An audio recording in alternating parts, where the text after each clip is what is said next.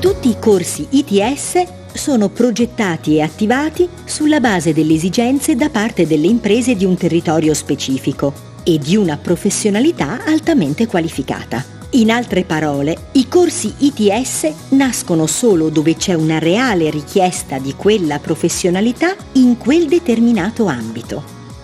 L'ITS in questo caso ci consente di avvicinare tutto il mondo dell'impresa, portarlo progressivamente all'interno anche della scuola superiore e attraverso questo percorso di avvicinamento integrato far sì che famiglie e studenti conoscano più da vicino qual è l'offerta del mercato del lavoro del distretto, ma non solo, anche dei distretti limitrofi e contermini.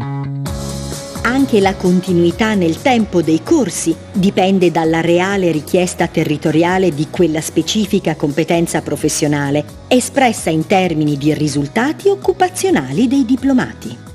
L'ITS fornisce ai giovani l'opportunità di essere indirizzati su quello che l'azienda richiede e altresì l'azienda si ritrova ad avere dei giovani il cui inserimento è sicuramente più rapido ed agevole.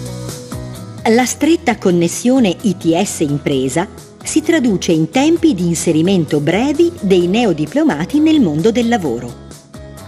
I dati aggiornati a maggio 2015 collocano il 70% dei diplomati occupati dopo solo 6 mesi, percentuale che sale al 78% al 12° mese dal diploma.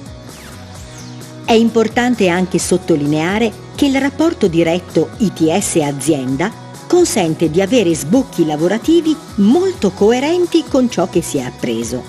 Chi ha un diploma ITS svolge la professione per la quale è stato formato. E allora cogli l'occasione e sfida il tuo talento. Diventa un tecnico superiore.